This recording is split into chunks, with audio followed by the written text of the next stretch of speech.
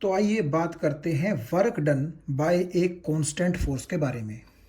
Constant force का मतलब है कि अगर ऑब्जेक्ट पर कोई फोर्स लग रहा है तो उसकी वैल्यू कांस्टेंट रहेगी, ना बढ़ेगी और ना घटेगी। आप एग्जाम्पल के तौर पर ये देखिए, मान लीजिए ये कोई ऑब्जेक्ट है और इस ऑब्जेक्ट पर पीछे से हमने 10 न्यूटन का फोर्स लगाया और इस फोर्स के लगने के बाद मान लीजिए यहां से लेकर के यहां तक ऑब्जेक्ट के अंदर 4 मीटर का डिस्प्लेसमेंट हो गया। तो आप ये देखिए कि यहां पीछे से जो ये 10 न्यूटन का फोर्स लग रहा है, थ्रू आउट द डिस्प्लेसमेंट इसकी वैल्यू 10 न्यूटन ही रहेगी, ना 11 होगी ना 9 होगी। यानी कि ये एक कांस्टेंट फोर्स एक्ट कर रहा है। तो अगर कांस्टेंट फोर्स एक्ट कर रहा है तो उस केस में अगर हम वर्क डन निकालना चाहते हैं तो हमारे पास ये बिल्कुल सिंपल फॉर्मूला है, force vector dot displacement vector. और सिंप्लिसिटी के लिए मैं ये मान लेता हूं कि जिस तरफ फोर्स लगा है डिस्प्लेसमेंट भी उसी तरफ हुआ है, और इसीलिए मैं ये कह सकता हूं कि एंगल फोर्स और डिस्प्लेसमेंट के बीच में कितना है, 0 डिग्री। तो अगर इस फॉर्मूले के ऊपर आप गौर करें, F dot S, F S cos theta, force की जगह मैंने 10 न्यूटन लिख दिया, डिस्प्लेसमेंट की जगह मैंने 4 मीटर लिख दिया, और कोस थीटा की जगह मैंने लिख दिया कोस 0, उसकी वैल्यू होती है 1। तो कुल मिलाकर के हमारे पास वर्क डन आ गया 40 न्यूटन मीटर, यानी कि 40 जूल। तो इसका मतलब यह है कि इस ऑब्जेक्ट को 4 मीटर डिस्प्लेस करने में इस फोर्स ने 40 जूल का काम किया है। ये मेथड बड़ा आसान है और हम पहले से इसको जानते हैं कि फॉर्मूले के अंदर पुट करके ये आंसर निकालना बड़ा आसान है। लेकिन सोचिए क्या होगा अगर ऑब्जेक्ट पर लगने वाला फोर्स कांस्टेंट ना हो करके वेरिएबल हो। वेरिएबल का मतलब, मान लीजिए कभी इसकी वैल्यू 10 न्यूटन थी, कभी 11 हो गई, कभी 12 हो गई, कभी 13 हो गई, या घट भी सकती है। तो कुल मिलाकर के एक जैसे मैग्नीट्यूड का फोर्स ऑब्जेक्ट पर नहीं लगे तो उस केस में आप ये देखिए कि हम वर्क डन कैसे निकालेंगे। अब इस फॉर्मूले के अंदर आप ये देखिए, एफ की जगह अगर मैं 10 रख रहा हूं तो यहां पर जो वैल्यू आएगी वो 10 के हिसाब से आएगी। लेकिन अगर यहां फोर्स 11 न्यूटन होता, 12 न्यूटन होता, तो मुझे वो वैल्यू यहां पर रखनी पड़ती। लेकिन उस फोर्स के बारे में क्या किया जाए जो लगातार अपनी वैल्यू चेंज कर रहा है। यानी कि मान लीजिए 10 से 11 हो गया, 11 से 12 हो गया, 12 से 13 हो गया। तो फोर्स अगर डिस्प्लेसमेंट के ड्यूरिंग कांस्टेंट नहीं है, बार बार अपनी वैल्यू चेंज कर रहा है, तो हमें इस चीज में दिक्कत आएगी कि यहां हम कौन से वाली वैल्यू रखें। तो इसीलिए इस फॉर्मूले का यूज करके उस केस में वर्क डन निकालना पॉसिबल नहीं हो पाता। क्यों? क्योंकि फोर्स लगातार अपनी वैल्यू चेंज कर रहा है। तो यहां हम कौन से वाली वैल्यू रखेंगे। मान लीजिए फोर्स जो है 10 न्यूटन से शुरू होकर के और 20 न्यूटन तक अपनी वैल्यू रखता है, तो यहां पर कौन से वाली वैल्यू जो है हम रखें, 10 रखें, 12 रखें, 15 रखें, तो उसमें हमें दिक्कत आएगी। इसीलिए इस फॉर्मूले का यूज करके हम वेरिएबल फोर्स के द्वारा किया गया वर्क नहीं निकाल सकते। तो यहां तो आपने जो फॉर्मूला देखा वो कांस्टेंट फोर्स का वर्क डन निकालने के लिए तो ठीक है, लेकिन अगर फोर्स अपनी वैल्यू वेरी कर रहा है, चेंज कर रहा है, तो उस केस में हम इस तरीके से वर्क डन की वैल्यू नहीं निकाल सकते। तो आज हम यही देखेंगे कि work done by a variable force हम कैसे निकाल सकते हैं। तो चलिए सबसे पहले हम वेरिएबल फोर्स को समझने की कोशिश करते हैं कि उसकी इक्वेशन जो है वो हम मैथमेटिकली कैसे लिख सकते हैं। और मैथमेटिक्स का यूज यहां हम इसलिए कर रहे हैं ताकि चीजें समझने में हमारे लिए आसान हो जाएं। आप यहां पर देखिएगा, मैंने लिखा है F is equal to 3x plus 2 इतना न्यूटन। और ये जो फोर्स है ये किसी ऑब्जेक्ट पर लग रहा है और उस ऑब्जेक्ट को ये फोर्स मान लीजिए x इज इक्वल टू 0 से लेकर के x इज इक्वल टू 4 तक डिस्प्लेस कर देता है। आप थोड़ा सा यहां नीचे की तरफ अगर ध्यान दें, जहां पेन आपको दिखाई दे रहा है, तो ये देखिए, ये है y एक्सिस और यहां पर ये है x एक्सिस। और ये जो मैंने आपको यहाँ एक मोटा सा डॉट दिखाया हुआ है, मान लीजिए ये कोई ऑब्जेक्ट है और फिलहाल ये object x is equal to 0 यानी कि ओरिजिन पर रखा हुआ है। और जब इस ऑब्जेक्ट पर आप देखिए x एक्सिस के अलोंग राइट साइड में फोर्स लगाया जाता है, तो मान लीजिए ये ऑब्जेक्ट डिस्प्लेस होते होते होते होते x इज इक्वल टू 0 से कहां पहुंच गया, x इज इक्वल टू 4 तक पहुंच गया। तो ये तो चीज मैंने यहां लिखी है कि पार्टिकल की जो डिस्प्लेसमेंट है वो x इज इक्वल टू 0 से लेकर x इज इक्वल टू 4 तक हुई है। तो नेचुरली ये डिस्प्लेसमेंट तभी तो हुई है ना जब पीछे से क्या लगा है, फोर्स। तो जो फोर्स लगा है पीछे से, ये उस फोर्स की क्या है, मैथमेटिकल इक्वेशन है। और अगर आप ध्यान से देखें, मैंने यहां पर एक टेबल बनाई हुई है जिसमें आपको ये पता चल जाएगा कि कितनी डिस्प्लेसमेंट के साथ फोर्स की वैल्यू कितनी कितनी होती जा रही है। आप ऐसा कर सकते हैं, यहां पर x को पहले 0 पुट कीजिए, 1 पुट कीजिए, 2 पुट कीजिए, 3 पुट कीजिए, 4 पुट कीजिए, क्योंकि यहां पर डिस्प्लेसमेंट हमारे पास सिर्फ 0 से लेकर के 4 तक है। तो इसीलिए यहां पर x की वैल्यू भी मैंने 0 से लेकर के 4 तक की ही चूज की है। तो जब आप यहां x की डिफरेंट डिफरेंट वैल्यूज रखेंगे तो उसके कोरस्पॉन्डिंग आप यहां देखिए आपके पास फोर्स की भी डिफरेंट डिफरेंट वैल्यू आ जाएंगी। एग्जांपल के तौर पर अगर आप x को 0 रखेंगे तो 0 इंटू 3 0 और 0 प्लस 2 2। इसका मतलब है कि जब आपका object x is equal to 0 पर है तो उस पर कितना फोर्स लगा है, 2 न्यूटन। यानी कि शुरू में जब हमारा ऑब्जेक्ट यहां था तो उसके ऊपर 2 न्यूटन का फोर्स लगाया गया था। और जब आप x को 1 पुट करेंगे तो 1 इंटू 3 हो गया 3 और 3 प्लस 2 हो गया 5। यानी कि जब आपके ऑब्जेक्ट की डिस्प्लेसमेंट 1 मीटर हो गई है तो उस पर लगने वाला फोर्स भी बढ़कर कितना हो गया है, 5 न्यूटन। इसका मतलब यह है कि शुरू में जब ऑब्जेक्ट हमारा यहां था x इज इक्वल टू 0 पे, तो आपने उस पर 2 न्यूटन का फोर्स लगाया था, लेकिन जैसे ही वो 1 मीटर दूर पहुंचा तो आपने 2 न्यूटन से बढ़ा करके बीच में ही वैल्यू 3 4 और फिर कितनी कर दी थी, 5। यानी कि जब आपका ऑब्जेक्ट एग्जैक्टली 1 मीटर की डिस्प्लेसमेंट पे था तो ये देखा गया कि उस पर कितना फोर्स एक्ट कर रहा था, 5 न्यूटन फोर्स एक्ट कर रहा था। सिमिलरली 2 मीटर की डिस्प्लेसमेंट के बाद 8 न्यूटन, 3 मीटर की डिस्प्लेसमेंट के बाद 11 न्यूटन और 4 मीटर की डिस्प्लेसमेंट पर जब हमारा पार्टिकल पहुंचा यानी कि यहां, तो उस पर फोर्स एक्ट जो कर रहा था वो 2 न्यूटन से बढ़ते बढ़ते बढ़ते कितना हो चुका था, 14 न्यूटन हो चुका था। तो अब आपको ये चीज समझ में आ गई होगी कि वेरिएबल फोर्स का मतलब क्या होता है। यानी कि जैसे जैसे हमारा ऑब्जेक्ट डिस्प्लेस होता जा रहा है, पीछे से आप ऐसी फीलिंग ले सकते हैं कि उस पर लगने वाले फोर्स को लगातार बढ़ाया जा रहा था।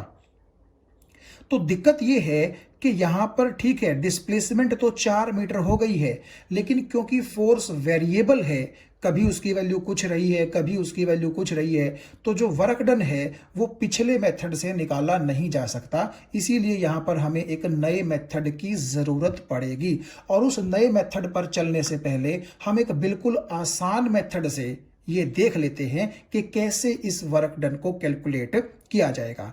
तो हमने क्या किया, ये जो हमारे पास x की डिफरेंट डिफरेंट वैल्यूज हैं और उनके कोरस्पॉन्डिंग फोर्स की जो डिफरेंट डिफरेंट वैल्यूज हैं, उनको मैंने x एक्सिस पे और y एक्सिस पर प्लॉट कर लिया।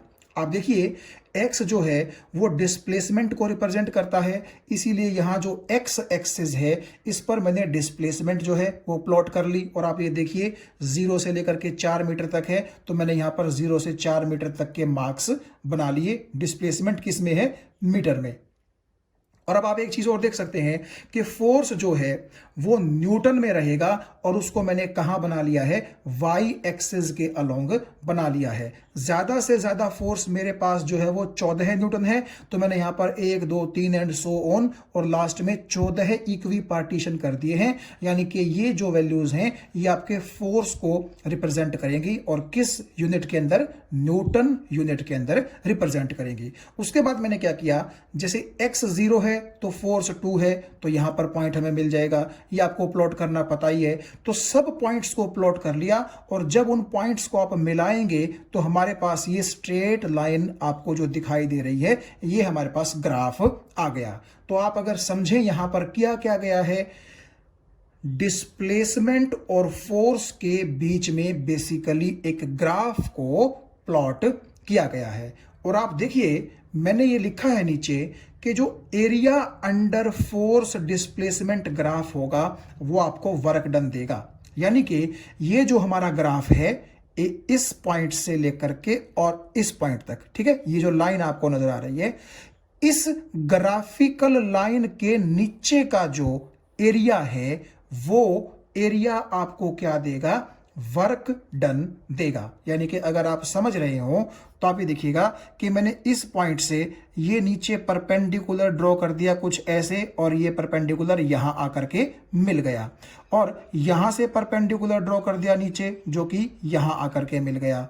तो आप ये देख पा रहे होंगे कि दो वाले पॉइंट से जो ये मैंने डॉटेड लाइन बाहर की तरफ निकाली है, तो आपको ऐसा लग रहा है कि नीचे तो एक रेक्टेंगल बन गई है और ऊपर जैसे एक राइट एंगल्ड ट्रायंगल बन गई है। भैया आप देखिए, अगर 0 से लेकर के 4 और 0 से लेकर के 2, तो ये तो आपको एक रेक्टेंगल नजर आ रही होगी। और देखो 2 से लेकर के यहां तक ये जो डॉटेड लाइन बनाई गई है, ये तो आपको लग रहा है कि जैसे राइट एंगल्ड ट्रायंगल का बेस है। और इस पॉइंट से लेकर के और इस पॉइंट तक ये इस राइट एंगल्ड ट्रायंगल की क्या है, परपेंडिकुलर कह सकते हैं आप, हाइट बोल सकते हैं। और ये एंगल आपको 90 डिग्री का नजर आ रहा होगा। तो ये देखिएगा आपको एक साइड और ये फिर दूसरी साइड और ये फिर तीसरी साइड, तो आपको ये एक ट्रायंगल नजर आ रही होगी। और आप अगर इस रेक्टेंगल का एरिया और इस ट्रायंगल का एरिया जोड़ दें तो आपके पास इस ग्राफिकल लाइन के नीचे का टोटल एरिया आ जाएगा। आपको अगर बात समझ में नहीं आई है तो एक बार मैं और रिपीट करता हूं, देखिएगा ध्यान से।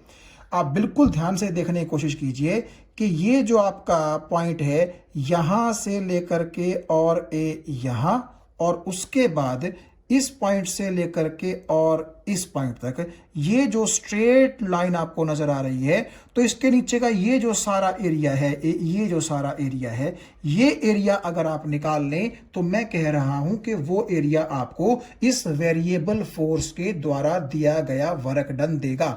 अब वो कैसे वर्क डन देगा, ये चीज आप बिल्कुल थोड़ी सी देर के बाद आराम से समझ जाएंगे। देखो सबसे पहले हमने क्या किया, आप समझ गए होंगे बात को, कि ये जो ग्राफिकल लाइन है हमारी, इसके जो नीचे का एरिया है उसको कैलकुलेट करने के लिए मैंने क्या किया, इस ट्रायंगल का एरिया मैं अलग निकाल लूंगा और इस रेक्टेंगल का एरिया मैं अलग निकाल लूंगा। पहले हम वो एरिया निकालते हैं, जोड़ते हैं और बाद में देखते हैं कि वो वर्क डन क्यों देगा हमें। तो देखो अब ये देखिए एरिया ऑफ ट्रायंगल, तो एरिया ऑफ ट्रायंगल निकालने के लिए हमारे पास फॉर्मूला है half into base into height. तो आप ये देखिए कि यहां से लेकर के यहां तक जो बेस है ट्रायंगल का, बेसिकली वो यहां से यहां तक कितना बनेगा, 4 मीटर बनेगा। आप यूनिट भी साथ लिख दीजिए और मैग्नीट्यूड भी साथ लिख दीजिए। तो इसलिए बेस की जगह मैंने क्या लिखा, 4 मीटर। और अगर आप ध्यान से देखें तो ये जो इसका हाइट है हमारी, जो ये राइट एंगल ट्रायंगल है, यहां से लेकर के और यहां तक, आप देखो इस पॉइंट के कोरस्पॉन्डिंग कौन है, 2, और इस पॉइंट के कोरस्पॉन्डिंग कौन है, 14। तो 14 में से 2 जब आप घटा देंगे तो 12 बचेंगे। तो कुल मिलाकर के इसकी जो लेंथ है वो कितनी बची, 12। और 12 क्या, न्यूटन। क्यों, क्योंकि ये लाइन आप देख सकते हैं फोर्स वाली लाइन के पैरेलल है। और वैसे भी आप देखो 14 न्यूटन में से जब 2 न्यूटन आप घटाओगे तो 12 न्यूटन, यानी कि फोर्स ही तो आपके पास बचेगा। तो ये तो हमने निकाल लिया क्या, area of the right angled triangle. तो ये पूरा एरिया हमने ट्रायंगल का जो है वो निकाल लिया। अब बच गया रेक्टेंगल का एरिया। तो रेक्टेंगल के लिए फॉर्मूला बिल्कुल सिंपल है, क्या, लंबाई गुना चौड़ाई। तो लंबाई तो आप समझ गए होंगे 4 मीटर है और चौड़ाई आप समझ गए होंगे कितनी है, 2 न्यूटन। मैंने क्या किया है, सिंपली 4 और 2 ना लिख करके उनकी यूनिट्स भी साथ लिख दी हैं। यानी कि एक्स एक्सिस के अलोंग अगर डिस्प्लेसमेंट है तो उसके साथ मीटर लगा दिया, और वाई एक्सिस के अलोंग अगर फोर्स है तो वहां पर न्यूटन लगा दिया, क्योंकि इसी से आपको पता चलेगा कि लास्ट में हमारे पास वर्क कैसे आया इस एरिया की हेल्प से। तो आप देखो, जब इसको सॉल्व करेंगे तो हमें मिलेगा 24, और जब आप न्यूटन को मीटर से मल्टीप्लाई करेंगे तो वो हो गया न्यूटन मीटर। सिमिलरली यहां पर 4 दूनी 8 न्यूटन मीटर। तो 24 न्यूटन मीटर में जब आप 8 न्यूटन मीटर जोड़ेंगे तो आपके पास बनेगा 32 न्यूटन मीटर, और आप जानते हैं न्यूटन मीटर जूल होता है, इसीलिए आप 32 न्यूटन मीटर को 32 जूल 32 जूल भी बोल सकते हैं। और जूल में आप जानते हैं कौन होता है, वर्क या फिर एनर्जी, लेकिन यहां पर क्योंकि फोर्स और डिस्प्लेसमेंट है तो हम उसको क्या कहेंगे, वर्क। तो अब आपको यह चीज समझ में आ गई होगी कि हमने किया तो क्या था, ये जो आपकी ग्राफिकल लाइन थी इसके नीचे नीचे का टोटल एरिया निकालना चाहा था। सिर्फ ध्यान से सुनिए, जहां से ग्राफिकल लाइन शुरू हुई है और जहां ग्राफिकल लाइन खत्म हो रही है उसके नीचे का एरिया, क्योंकि एरिया अंडर द ग्राफ हमने निकालना है। तो वो एरिया हमने जब निकाला, ट्रायंगल का एरिया और रेक्टेंगल का एरिया जोड़ करके, तो आप ये देखिए उस एरिया के साथ जूल की जो है यूनिट आ रही है, और जूल में होता है वर्क। तो इसका मतलब क्या है कि निकालने तो चले थे हम एरिया और निकाल क्या बैठे, वर्क। इसीलिए मैंने यहां लिखा था कि जो आपका फोर्स और डिस्प्लेसमेंट के बीच में आपने ग्राफ ड्रॉ किया है, उस ग्राफ का जो एरिया आप निकालेंगे अंडर दी ग्राफ, ठीक है, तो वो आपको क्या देगा, वर्क डन देगा। तो हमने क्या किया था कि किस किस डिस्प्लेसमेंट के अंदर कितना कितना फोर्स काम कर रहा है, उस हिसाब से ये ग्राफ ड्रॉ कर लिया, और इस ग्राफ के नीचे का जो एरिया है वो निकाल लिया। और क्योंकि वो एरिया बेसिकली जूल में आया, इसीलिए आप समझ गए होंगे कि मैंने न्यूटन भी लिखा था और मीटर भी लिखा था, ताकि बाद में मैं न्यूटन मीटर को जूल बोल सकूं और आपको ये पता लग सके कि सच में area under the force displacement graph आपको क्या देगा, वर्क डन देगा। तो इसीलिए हम कह सकते हैं कि 32 जूल का वर्क इस वेरिएबल फोर्स ने इस ऑब्जेक्ट पर किया है। इस ऑब्जेक्ट को x इज इक्वल टू 0 से लेकर के x इज इक्वल टू 4 तक डिस्प्लेस करने के लिए। तो मुझे उम्मीद है ये बात आपको समझ में आ गई होगी।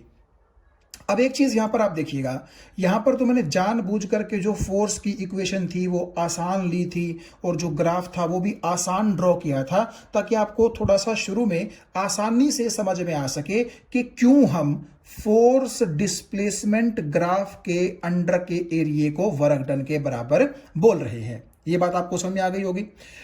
तो अब मान लीजिए कि फोर्स की इक्वेशन यहां पर कुछ और हो, या फिर यहां पर ग्राफ इतना सिंपल ना आकर के कुछ और तरह का ग्राफ आए, जो कि आ सकता है, क्योंकि डिफरेंट डिफरेंट इक्वेशंस के लिए डिफरेंट डिफरेंट तरह के ग्राफ पॉसिबल हो सकते हैं।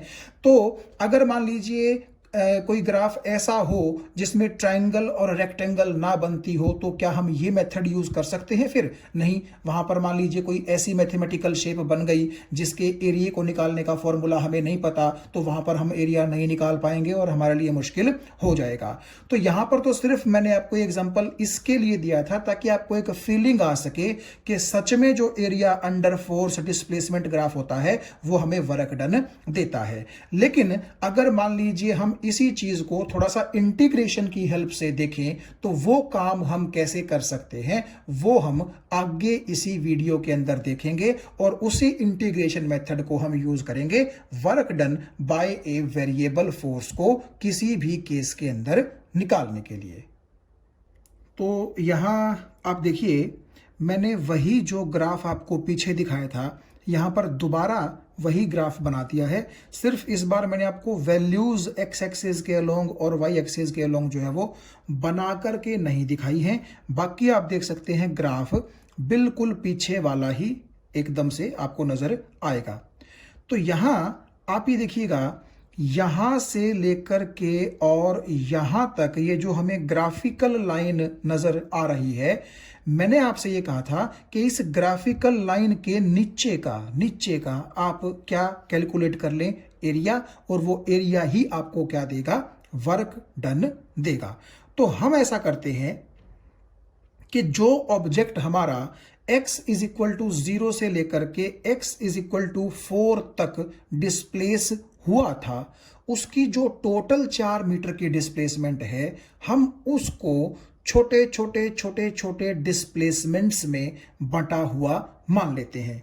यानी कि आप अगर ध्यान से देखें, यहां से लेकर के और यहां तक ये जो टोटल 4 मीटर की डिस्प्लेसमेंट है, इसको मैं बहुत ही छोटे छोटे टुकड़ों में बांट लेता हूं। मान लीजिए आपने कहा कि जी यहां से पहले यहां डिस्प्लेसमेंट हुई, फिर यहां गया ऑब्जेक्ट, फिर यहां गया, फिर यहां गया, फिर यहां गया, एंड सो ऑन, चलते चलते वो यहां पहुंच गया।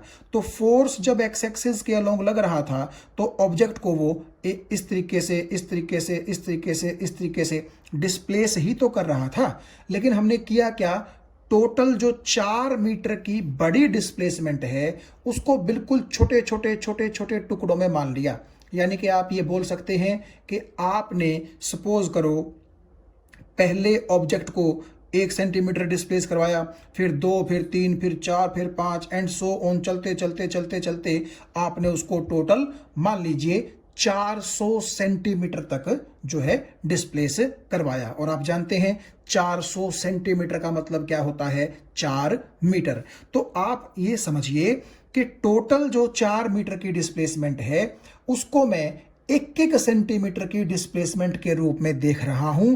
तो नेचुरली ऑब्जेक्ट को 400 छोटी छोटी डिस्प्लेसमेंट ट्रेवल करनी पड़ेंगी, तब जाकर के वो टोटल 4 मीटर की डिस्प्लेसमेंट को कवर कर सकेगा। और ऐसा इसलिए किया जा रहा है ताकि बड़ी डिस्प्लेसमेंट जिसको हम x बोलते हैं, तो बहुत ही छोटी डिस्प्लेसमेंट जो होती है उसको हम क्या बोल देते हैं, dx बोल देते हैं। और आप जानते हैं कि ये जो डी सिंबल है ये बहुत ही छोटी चीजों के साथ लगता है। तो आप चाहें तो 1 सेंटीमीटर ना करके 1 मिलीमीटर की छोटी डिस्प्लेसमेंट मान लें, वो टोटली आपके ऊपर है। सिर्फ मैं आपको समझाने की कोशिश कर रहा हूं कि बहुत ही छोटी छोटी छोटी छोटी डिस्प्लेसमेंट्स मिल करके आपकी पूरी की पूरी 4 मीटर की बड़ी डिस्प्लेसमेंट बनाएंगी। तो अब एक चीज आप यहां ध्यान से देखिए, मैंने क्या किया है, यहां से लेकर के यहां तक जो ये dx डिस्प्लेसमेंट है, आगे भी यहां से यहां, या कह लीजिए कि यहां से यहां एंड सो ऑन, हर एक बार मैंने डिस्प्लेसमेंट को बराबर बराबर जो है वो रखा है। यानी कि dx dx dx dx, ठीक है। ये शायद आपको थोड़ी सी छोटी नजर आ रही होगी, लेकिन आप ये मान के चल लीजिए कि सभी डिस्प्लेसमेंट्स कैसी हैं, बराबर हैं। और आप एक चीज और देख सकते हैं कि मैंने कुछ यहां पर इस तरह से वर्टिकल डॉटेड लाइन भी बनाई है। अब उन वर्टिकल डॉटेड लाइन का क्या मतलब है, देखो आपने क्या किया, पहली जो डॉटेड वर्टिकल लाइन है वो कुछ इस तरीके से ड्रॉ कर दी, दूसरी लाइन कुछ इस तरीके से ड्रॉ कर दी, तीसरी कुछ इस तरीके से ड्रॉ कर दी एंड सो ऑन। तो आप ये एक तरह से मान सकते हैं कि आपने पूरे के पूरे इस एरिया को, यानी कि जो आपकी ग्राफिकल लाइन के नीचे का जो टोटल एरिया है उसको आपने 12 बराबर बराबर सेगमेंट्स में बांट दिया। आप ये देखिएगा कि मैंने क्या किया, एक तरह से आप ये मान लीजिए कि यहां छोटी छोटी रेक्टेंगल बना दी हैं, ठीक है। देखो हमने क्या किया, सबसे पहले यहां से इस पॉइंट से नीचे ये परपेंडिकुलर डाला, फिर इस पॉइंट से ये परपेंडिकुलर डाला, फिर इस पॉइंट से ये परपेंडिकुलर डाला एंड सो ऑन। तो इस तरह आप ये देखिएगा 1 2 3 4, तो टोटल 12 सेगमेंट में मैंने इस एरिया अंडर दी ग्राफ को क्या कर दिया है, डिवाइड कर दिया है। और अगर आप थोड़ा सा ध्यान से देखने की कोशिश करें, रेक्टेंगल कैसे बनती हैं, क्योंकि आप तो ये कहोगे कि जी ठीक है यहां से और यहां तक आपने परपेंडिकुलर जो है वो ड्रॉ कर दिया, फिर आपने यहां से लेकर के यहां तक परपेंडिकुलर ड्रॉ कर दिया, लेकिन वो पूरी रेक्टेंगल तो नहीं बनी ना। तो मैंने इसीलिए क्या किया, यहां से एक लाइन इस एक्स एक्सिस के पैरेलल कुछ इस तरीके से बना दी। तो अब आप ये देखिएगा कि यहां से लेकर के यहां तक मैं बोल सकता हूं चौड़ाई यानी कि विड्थ, और यहां से लेकर के यहां मैं बोल सकता हूं क्या, लंबाई यानी कि लेंथ। और इसके अंदर मैंने लिख दिया 1, यानी कि ये फर्स्ट रेक्टेंगल है। सिमिलरली जब आपने यहां से नीचे परपेंडिकुलर ड्रॉ किया कुछ इस तरीके से, तो मैंने क्या किया, इस लेंथ के बराबर ऊपर की एक लेंथ यहां ड्रॉ कर दी और इसको मैंने बोल दिया rectangle number 2। Similarly rectangle number 3, 4, 5 and so on, और लास्ट में आपको कौन सी रेक्टेंगल नजर आ रही है? 12th रेक्टेंगल नजर आ रही है, जिसकी चौड़ाई तो आप देखिएगा यहां से लेकर के यहां तक इतनी है, यानी कि यहां से लेकर के यहां तक, और लंबाई आप देखिएगा यहां से लेकर के यहां तक, या आप कह लीजिए कि यहां से लेकर के यहां तक।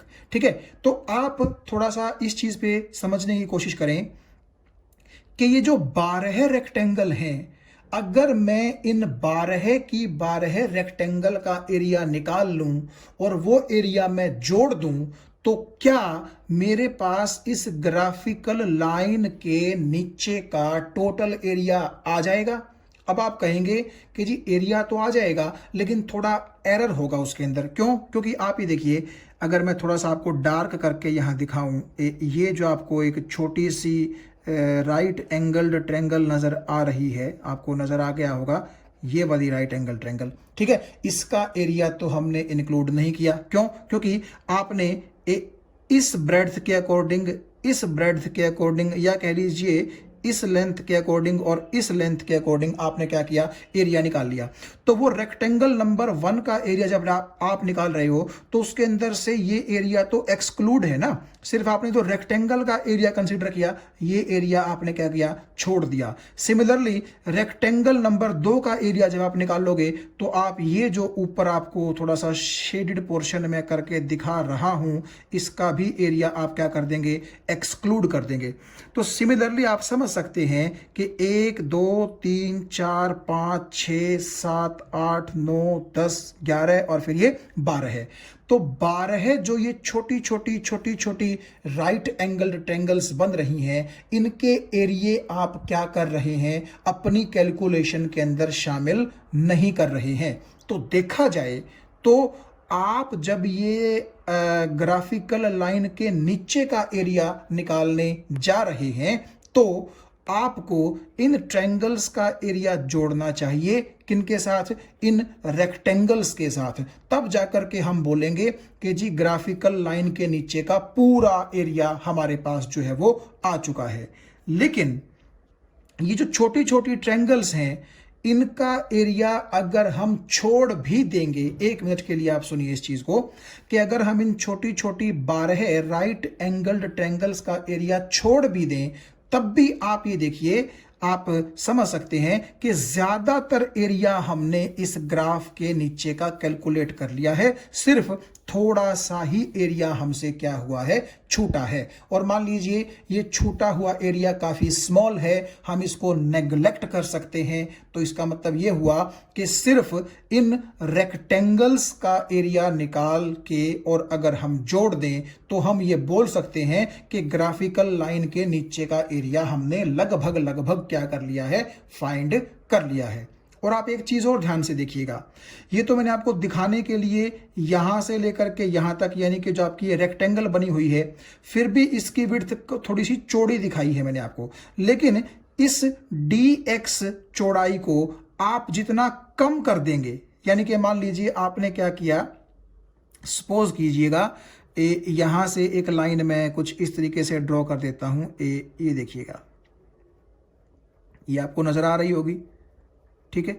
तो आप ये देखो, इस डिस्प्लेसमेंट से और इस डिस्प्लेसमेंट से आपको ये यहां पर विड्थ मिल जाएगी, यहां पर विड्थ मिल जाएगी, लंबाई आपके पास है ही। देखो, आप अगर थोड़ा सा ध्यान से देखने की कोशिश करें, तो अगर मैं यहां से इसको नीचे लेके जा रहा था, तो ये कुछ इसको इस तरीके से आप कर दीजिए।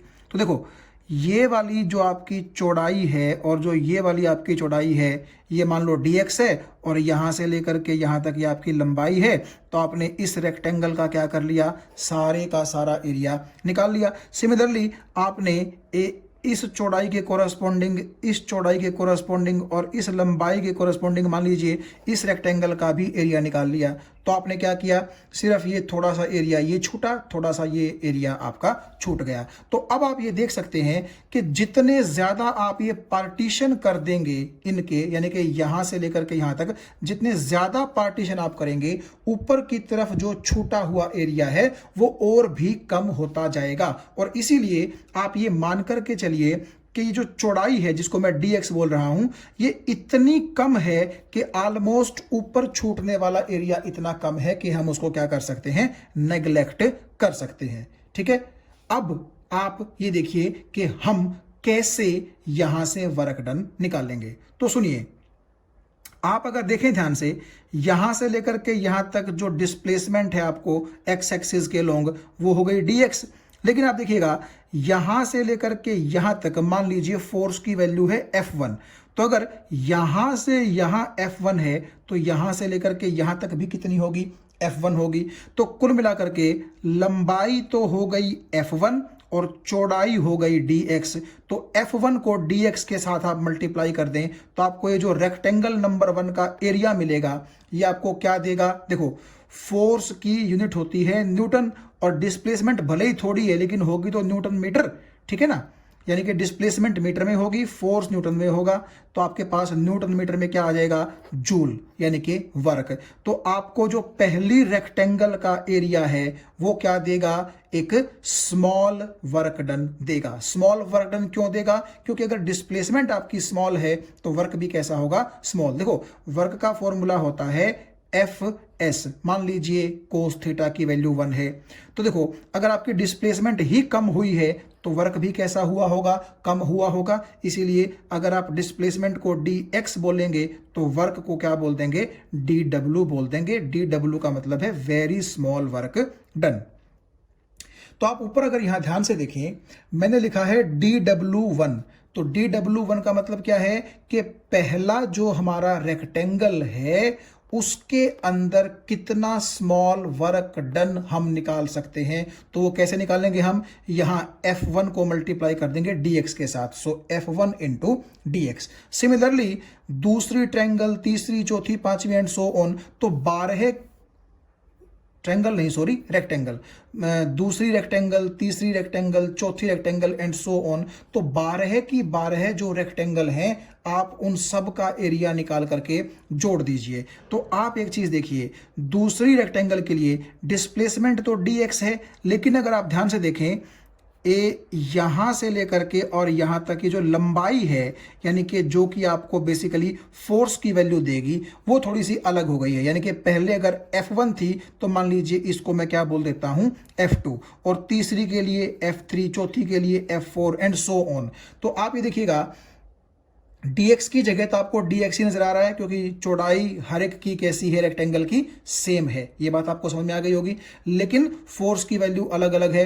तो आपने क्या किया, पहली रेक्टेंगल के लिए F1 इंटू dx, दूसरी रेक्टेंगल के लिए F2 इंटू dx, तीसरी के लिए F3 into dx and so on. और आपने ये 12 की 12 जो रेक्टेंगल हैं इनका जो एरिया है वो निकाल लिया, और वो एरिया आपको क्योंकि वर्क देगा इसलिए पहली रेक्टेंगल के एरिया को पहला स्मॉल वर्क बोल रहा हूं, दूसरी जो रेक्टेंगल है उसके एरिया को दूसरा स्मॉल वर्क डन बोल रहा हूं एंड सो ऑन।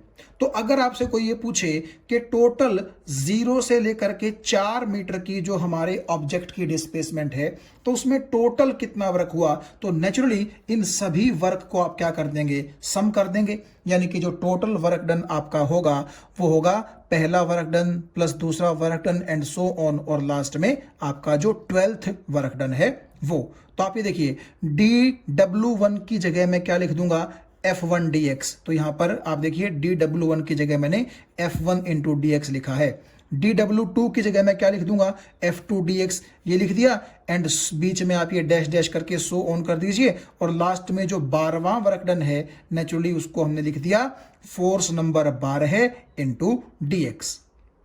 ये बात आपको समझ में आ गई होगी, क्योंकि छोटा सा वर्क डन यहां, फिर यहां, फिर यहां, फिर यहां, तो जो टोटल वर्क डन है वो तो इन सभी छोटे छोटे वर्क डन के किसके बराबर होगा, सम के बराबर होगा। इसीलिए यहां पर मैंने आपको वर्क डन का सम दिखा दिया, और फिर उसी वर्क डन को मैंने फोर्स इनटू डिस्प्लेसमेंट के फॉर्मूले से यहां आपको लिख करके दिखा दिया।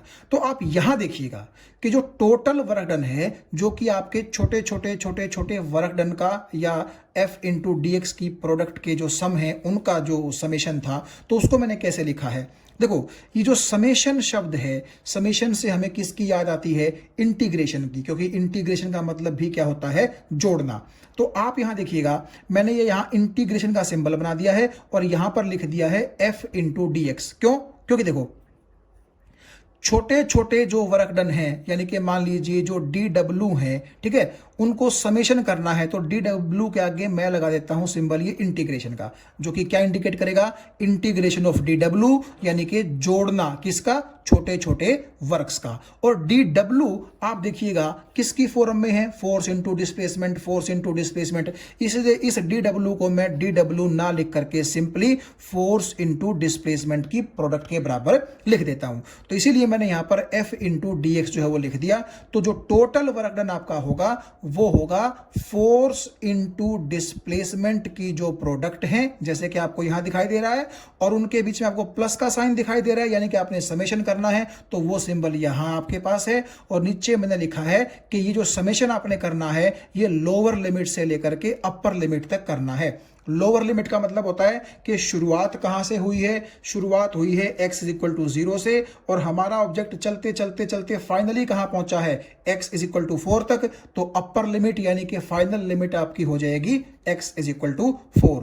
एक चीज का और आप ध्यान रखिएगा, यहां पर ये जो चीज होती है, यानी कि यहां पर आप देखिए जैसे dx है, तो यहां पर x आया है ना, तो लिमिट भी किसकी आएंगी, x की आएंगी, यानी कि कहां से शुरू करके और कहां तक के बीच में आपको वर्क डन जोड़ने हैं। तो नेचुरली आप देखिए, पहला वर्क डन, दूसरा, तीसरा, चौथा, पांचवा एंड सो ऑन, और लास्ट में 12वां, तो ये 12 के 12 वर्क डन कहां से कहां तक लाई करते हैं, x इज इक्वल टू 0 से लेकर के x इज इक्वल टू 4 तक लाई करते हैं। तो इसीलिए आप यहां लोअर लिमिट की जगह लिख सकते हैं एक तरह से 0, और अपर लिमिट की जगह एक तरह से लिख सकते हैं 4। तो आप ये देखिएगा कि d के साथ जो ये चीज है, लिमिट हमेशा उसकी टर्म्स में ही आपको रखनी है।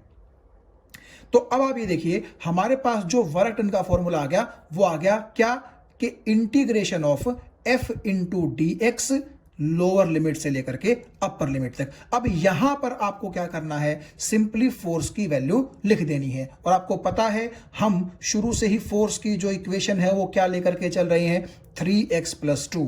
तो आप ये देखिएगा, इंटीग्रेशन लोअर लिमिट से अपर लिमिट, तो ये इंटीग्रेशन लोअर लिमिट मैंने लिख दी है 0, अपर लिमिट मैंने लिख दी है 4। तो फोर्स की जगह आपने क्या पुट कर दिया है, फोर्स का फॉर्मूला, और इस dx की जगह आपने यहां पर क्या लिख दिया है, dx।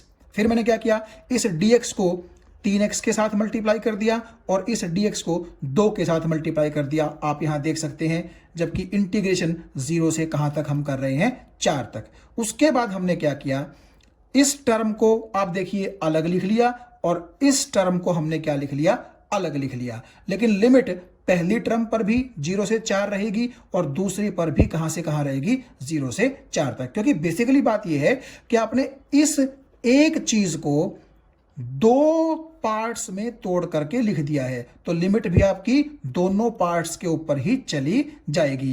यानी कि 3x dx भी 0 से 4 होगा, जैसा कि आपको यहां दिखाई दे रहा है, और जो ये आपका 2 इंटू dx है, ये भी 0 से 4 होगा।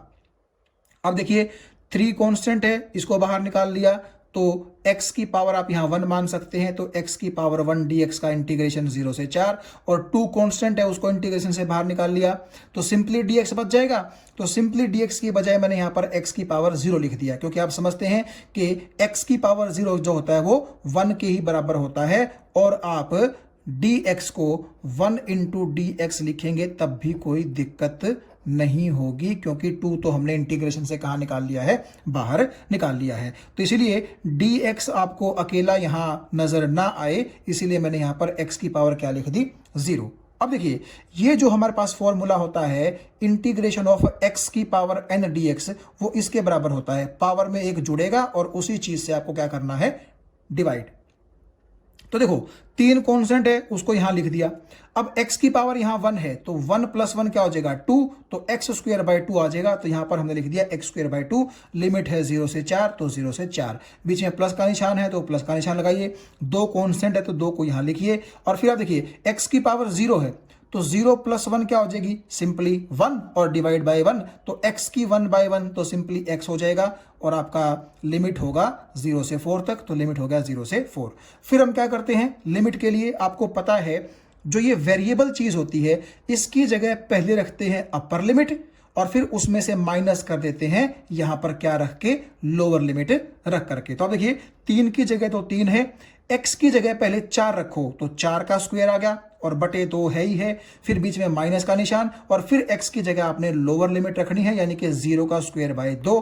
तो आप ये काम यहां पर भी कर सकते हैं। 2 की जगह 2 है, x की जगह पहले क्या आएगी आप देखिएगा, अपर लिमिट, यानी कि x की जगह आ गया 4, और फिर लोअर लिमिट आप जानते हैं माइनस करनी पड़ती है, तो x की जगह रखेंगे 0, तो 4 - 0। यहां पर भी वही किया था, केवल x की जगह हमने एक बार 4 रख दिया, एक बार 0 रख दी, और फिर इनको माइनस कर दिया। ऐसा ही करते हैं। तो आप देखिएगा 0 का स्क्वायर 0/2, तो ये तो चीज 0 ही हो गई। सिमिलरली ये भी 0 हो गई, तो 4 दूनी ये तो हो जाएगा 8। लेकिन यहां पर आप देखिए 4 चौके 16 है, बटे 2 8, और 8 × 3 कितना हो गया 24। तो 24 + 8 आपके पास कितना आ गया, 32 जूल आ गया। और आप देख सकते हैं पीछे भी हमने आंसर यही निकाला था। तो इसका मतलब यह है कि work done by a variable force हम इंटीग्रेशन से निकाल सकते हैं, और इस फॉर्मूले का यूज हम कर सकते हैं। तो आगे से आप क्या करेंगे, सिंपली आपको यह करना है कि integration f dx lower limit से लेकर के अपर लिमिट, ये आपका वर्क डन होगा। इसमें सिर्फ आपको ये देखना है कि फोर्स की इक्वेशन क्या है, वो इक्वेशन यहां आप पुट कर दीजिए, और उसके बाद ये देख लीजिए कि कहां से लेकर के कहां तक आपने वो इंटीग्रेशन करना है। जैसे कि यहां इंटीग्रेशन 0 से लेकर के 4 के बीच में था, ऐसे ही डिफरेंट केसेस में डिफरेंट जो आपकी लिमिट है वो हो सकती है। तो आप यहां लोअर लिमिट पुट कीजिए, अपर लिमिट पुट कीजिए, फोर्स की वैल्यू पुट कीजिए, इंटीग्रेशन को कुछ इस तरीके से सॉल्व कीजिए, और आपके पास आंसर जो है वो आ जाएगा।